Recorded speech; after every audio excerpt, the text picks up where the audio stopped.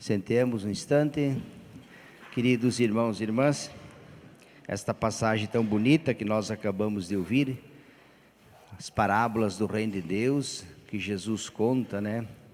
Usando imagens do cotidiano, ele descreve as realidades que nos esperam e nos aguardam.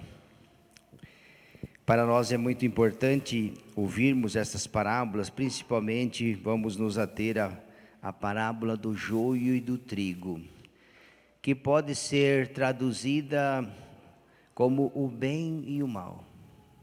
O joio e o trigo eles são entendidos nesses dois sentidos, o trigo, o bem, e o joio, o mal. Aquilo que agrada a Deus e aquilo que não agrada. Aquilo que faz bem e aquilo que faz mal. Aquilo que precisa ser mantido e aquilo que precisa ser transformado. Então essa parábola do joio e do trigo, mais do que uma historinha de Jesus, podemos dizer que ela é uma metáfora da condição humana. Diz respeito a nós, a nossa vida. Dizia na homilia ontem que em qualquer lugar do mundo nós vamos encontrar joio e trigo. Joio e trigo existe na família. Joio e trigo existe, vou falar baixinho, na igreja também. Joio e trigo existe nos ambientes de trabalho. Teve gente assim, joio e trigo existe também das portas da igreja para dentro, viu? Não se escandalize, existe e como existe. Então nós devemos estar atentos. O joio e trigo também, para quem se escandalizou, existe dentro de você, existe dentro de mim. Ou vocês não sabiam? Ou vocês acham que nós somos todos trigo limpo? Não, quem dera fôssemos. Se nós fôssemos todos trigo, Jesus não precisava ter vindo ao mundo, ele poderia ficar lá em cima onde estava. Jesus se encarnou e desceu do céu e veio até nós, porque nós que fomos criados para ser trigo, com o pecado, o orgulho, a prepotência, a arrogância, a autossuficiência, querendo construir um mundo sem Deus, esse trigo, que deveria ser trigo bom, ele se transformou em joio. Então não se assuste quando o padre diz que joio e trigo existem em todo e qualquer lugar, e inclusive das portas da igreja para dentro. Não fique assustado, porque existe dentro de você também e dentro de mim também. Mas o importante é que, uma vez que a gente identificou que são realidades que estão presentes na nossa vida, com as quais nós vamos conviver sempre, em qualquer lugar que você estiver, em qualquer lugar que você for, no teu trabalho, no contato social, na própria família, Então nós temos que saber como lidar e o que fazer. Veja o início da parábola, interessante, diz Jesus contando parábola à multidão. Diz que o reino dos céus é como um homem, veja que semeou no seu campo semente, Semeou semente no seu campo. Enquanto todos dormiam, veio o inimigo e semeou joio no meio do trigo e foi embora. Esta primeira imagem. O joio foi semeado enquanto dormia. Aqui nós podemos fazer uma analogia. Quando o católico dorme na fé, quando ele não vai na igreja, quando ele não reza, quando ele está apático, ele diz que é católico, mas ele nada conhece, nada sabe da vida da igreja, nem participa, então está dormindo, pois é o terreno, o momento propício onde o inimigo vai semear o seu joio. E vai ser muito fácil semear ali, e ali a semente vai produzir muitos frutos. Semeou o joio e foi embora. E aqui vem a pergunta, A multidão, o povo pergunta, aqui o semeador é sempre Deus, Nunca vamos esquecer, né? Quem semeia é sempre o Deus, né? No final, o Evangelho diz que os ceifeiros são os anjos, que virão no final do tempo, né? E vão dar um destino. O trigo tem um destino. Vai ser cortado e jogado no celeiro. Esta imagem, ela reporta o celeiro, significa aqui o reino de Deus. O trigo também vai ser cortado, mas é diferente. Ele vai ser cortado, amarrado, jogado fora e queimado. Uma imagem muito clara do quê? Do inferno. Aí perguntam, Senhor, não semeaste semente boa no teu campo? Sim. De onde veio então o joio? Se você semeou semente boa, como explica o nascimento, o surgimento? Quem semeou o joio? E a resposta foi o inimigo, né? O diabo. É sempre assim, né? Quando vem as intrigas, fofocas, brigas, divisões, rivalidades, não é o amigo que faz isso, não. É sempre o inimigo. Vocês já perceberam? O amigo não faz esse tipo de coisa. É sempre o inimigo, né? É o divisor. Aquele que divide é o inimigo. Aquele que agrega é o amigo. O inimigo de Deus divide, o amigo de Deus agrega. Vocês sabiam também disso, né? Sim, o padre só está chovendo no molhado, mas às vezes é bom, né? Chover no molhado, né? Que daí dá mais, as minas de água, elas surgem mais ainda. Aqui daí vem a pergunta, porque nós quando temos um problema, nós somos rápidos e práticos, né? A gente quer logo resolver, de um jeito ou de outro.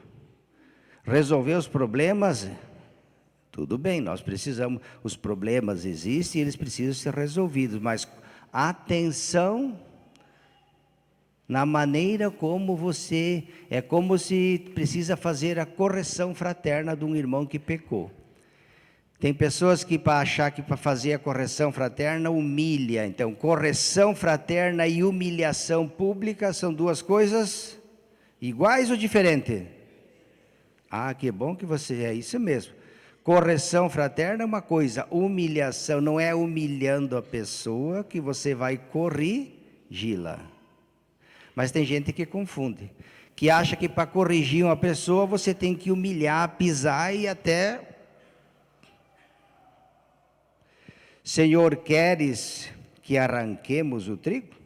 Saída prática, não, você tem o joio, eu vou lá e arranco. Está resolvido. É como se tivesse um problema na família, na igreja, a gente vai lá, pega a pessoa pelo pescoço, dobra o pescoço, está tudo certo. Resolveu o problema. É assim que a gente faz. É assim você que é pai e mãe, que tem um filho drogado, mergulhado nos vícios, você vai lá e arranca o pescoço dele e resolveu o problema? É assim que vocês fazem? Se não é assim que faz na família, será que é assim que a gente deve fazer na igreja, com aquele que erra, no teu trabalho? Então, Senhor, queres que arranquemos o joio? Qual foi a resposta? Não. Porque pode ser que ao tentar arrancar o joio, você arranque também o trigo. Quem é da roça aí, o padre vem da roça. Eu sei muito bem o que é joio e trigo. Lidava com joio e trigo todo dia, né? Antes de entrar para o seminário. E até no seminário, né? O seminário também tinha 40 alqueires de terra, e nós plantava e colhia também, e o tal do joio estava lá. E tinha que ter muito cuidado, porque o joio e trigo são duas plantinhas que nascem uma quase que entrelaçada uma na outra. Você não identifica quem é quem. A única diferença do joio e do trigo é que um produz fruto e semente, o outro não produz nada. Eu ia dizer uma palavra forte, mas não produz nada, né? É a única diferença. Se você olhar os dois, só pelo cacho, né? O trigo produz um cacho, que é a semente, mas o joio é idêntico, até parece irmão gêmeo, o danado. E tem que cuidar, porque como ele se nasce tão junto e está meio que entrelaçado, ao arrancar um, você arranca o outro. Olha a sabedoria aqui, não, deixa crescer um do lado do outro. No tempo da colheita, agora é tempo de plantar. O tempo de colher vai ser depois. Agora é o tempo de fazer com que talvez, e aqui vem o segredo, a sabedoria da parábola, em vez de arrancar, por que não tentar ajudar, fazer com que o joio se torne trigo? Padre, mas é possível? É. Quantos na igreja que foram joio que se tornaram trigo? Vocês conhecem? Eu conheço. Vamos pegar um exemplo, São Paulo, o apóstolo Paulo, antes de se converter ao cristianismo, ele era trigo ou era joio? E olha, um joio terrível, perseguia a igreja, perseguia os cristãos, mandava prender e matar. Pergunto, é uma atitude de quem é trigo ou de quem é joio? Joio. E quem que foi Paulo depois ele se converte e se torna trigo de Deus? A pecadora pública, vocês já ouviram a passagem da pecadora pública? Pergunto, ela era uma santa da melhor qualidade, era uma pecadora pública, chamavam de prostituta, né? Era trigo antes da conversão, antes de ter o encontro com Jesus, era joio ou era trigo? É uma pergunta, não é muito difícil responder, né? Mas... E ela, depois que Jesus disse, teus pecados são perdoados, vai em paz e de hoje em diante não peque mais, ela se tornou trigo. Então, atenção, cuidado aí com a rapidez de querer arrancar o joio. Ele incomoda, atrapalha, dificulta, às vezes não agrega, nos inquieta. Mas Jesus perguntaram, Senhor, queres que arranquemos o joio? A gente pode resolver isso rapidinho. É como se dissesse para um pai e uma mãe, um pai e uma mãe que tem um filho drogado, você deve ter paciência, misericórdia, é uma cruz, mas o pai e a mãe acreditam na recuperação daquele filho. E ele se empenha, ele não vai já lá e logo expulsa da casa, some daqui, é assim que vocês fazem?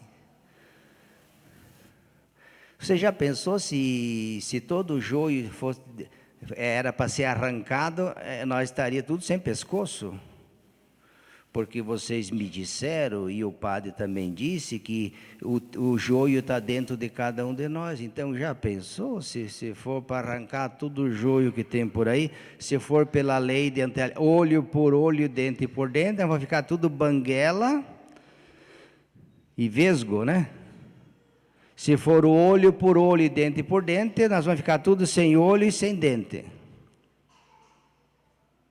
Porque essa parábola, mais do que uma parábola, ela diz respeito um pouquinho de cada um de nós. Sim ou não? É verdade. Deixar e crescer, e esse deixar e crescer não significa que Deus é indiferente, que tanto faz ser bom como ser mal. Não.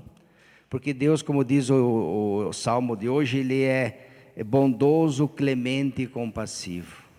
Assim como um pai e uma mãe que tem um filho cercado de vícios, ele é bondoso, compassivo e clemente. Tem paciência, tem misericórdia, acredita na recuperação, na restauração. Não está indiferente ao vício, à dor e sofrimento, não. Isso lhe causa muito desgosto, mas nem por isso vai deixar de ser seu filho, nem por isso vai abandoná-lo, pisá-lo e humilhá-lo. Muito pelo contrário, vai fazer de tudo para recuperar, pois é assim que deveria ser também conosco, começando pela igreja. As rixas, rivalidades, ciúmes, fofoca, intriga. O padre tem 30 anos de padre, não conheço nenhuma paróquia. E olha que eu já passei em tantos, que eu não encontrei joio e trigo. E o padre que disser que na paróquia que ele foi só tinha trigo é mentiroso. Como disse, não, lá só tinha joio, também é mentiroso. Agora, se ele disser que encontrou as duas, joio e trigo, nota 10, ganha 11, porque é assim mesmo. A não ser que Deus lhe dê uma paróquia de anjo, mas eu não conheço, aí é tudo trigo. Vocês conhecem algum lugar onde só tem anjo, pessoa santa, perfeita? Eu não conheço nenhum. A não ser lá no céu, para quem lá conseguir chegar. E é para isso que a gente se esforça, né? Se nós formos trigo, né? O trigo será cortado e será guardado no celeiro. Agora o joio a gente sabe para que serve e para onde vai. Então não é bom ser joio. E aqui atenção, porque um pouquinho de joio lá dentro de nós está lá latente, viu? E se a gente não cuidar, é que nem o inso na roça. Descuide do inso, deixa ele crescer para ver quem que vai tomar conta do terreno. Não precisa nem ser do campo para saber, é que nem na tua casa. Deixa a grama, o jardim da tua casa, 1 mês, 2, 3, 4, sem tirar o inso. Quem que vai dominar lá o terreno? É a grama bonita ou é o mato? Não precisa nem ser muito inteligente para dizer que é o mato. Pois é assim, o mal também faz caminho quando ele não é podado, não é cortado. Ele tende a dominar a nossa vida. É disso e não de outra coisa que o Evangelho de hoje está falando. Louvado seja nosso Senhor Jesus Cristo.